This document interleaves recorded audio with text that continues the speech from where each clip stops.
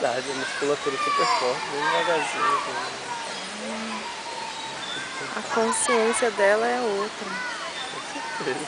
Olha só, que coisa mais gostosa. E ela tem esse rabinho, né? Pra... Tadinha, o que ela tá fazendo nesse pedaço de concreto? Pois é. Ela não... Da onde é que ela veio, né?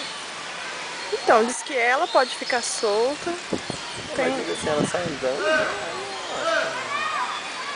Eu acho Será que não?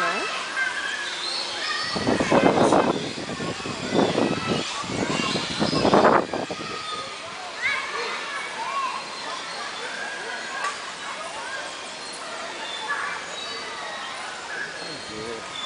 Acho que ela quer ir pro chão, né? Ela não sabe onde se segurar, né? Essa bosta velha de concreto. Olha só. Que coisa mais linda.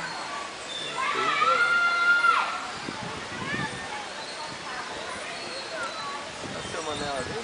Olha o seu Manel ali, ó. Pronto. Em busca do seu Manuel.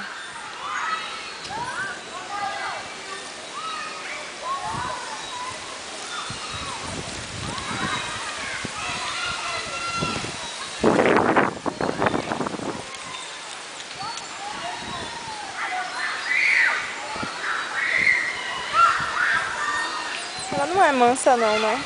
Não é dessas... Não tá domesticada assim, não é mansa não. Não tem cara não.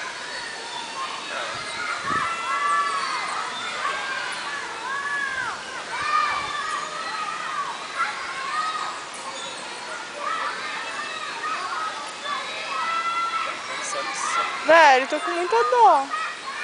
Sofrimento isso, cara. Parece que ela tá sofrendo nesse arrastão. Muito. Quando o seu Manel vem aí, a gente já pergunta aí se tá tudo bem.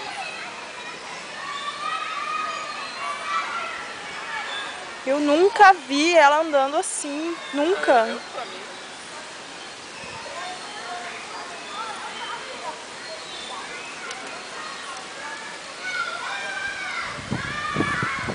Parece até mentira, né?